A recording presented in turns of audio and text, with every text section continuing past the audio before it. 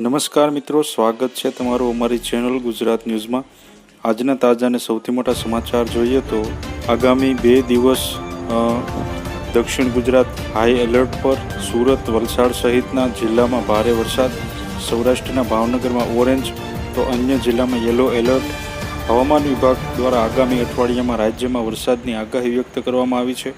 એમાં આજે 3 ઓગસ્ટ દક્ષિણ ગુજરાતના સુરત, નવસારી, વલસાડ, દમણ અને દાદરાનગર હવેલીમાં રેડ એલર્ટ સાથે ભારે વરસાદની આગાહી કરવામાં આવી છે।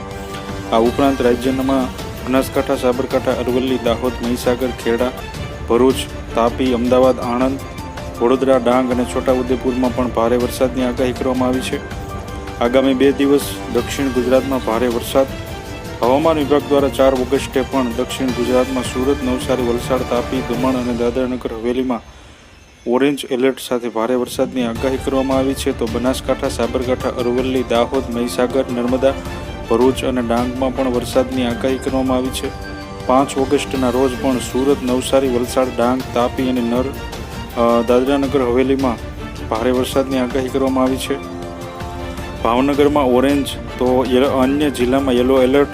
અમદાવાદમાં આજે ગાજવીજ સાથે ભારે વરસાદની આગાહી છે। તો સૌરાષ્ટ્રમાં ભાવનગરમાં આજે 3 ઓગસ્ટ ઓરેન્જ એલર્ટ આપવામાં આવ્યું છે, જ્યારે સૌરાષ્ટ્રના બીજા જિલ્લાઓ માટે આજે વરસાદને લઈ યલો એલર્ટ જાહેર કરાયું છે। 4 ઓગસ્ટના સૌરાષ્ટ્રમાં અમરેલી, ભાવનગર અને ગીર સોમનાથમાં ભારે વરસાદની આગાહી છે। આગામી 3 દિવસ માછીમારોને દરિયો ન ખેડવા સૂચના અપાઈ છે।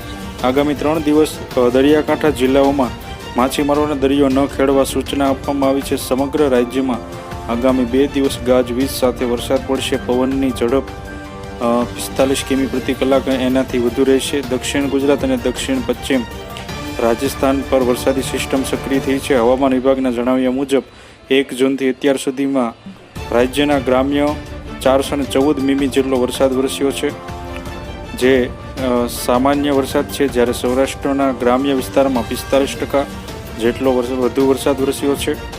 આથી જો તમે અમારી ચેનલમાં નવા છો તો અમારી ચેનલને સબસ્ક્રાઈબ કરી લેજો, જેથી તમને અમારા નવા વિડીયોની માહિતી મળતી રહે।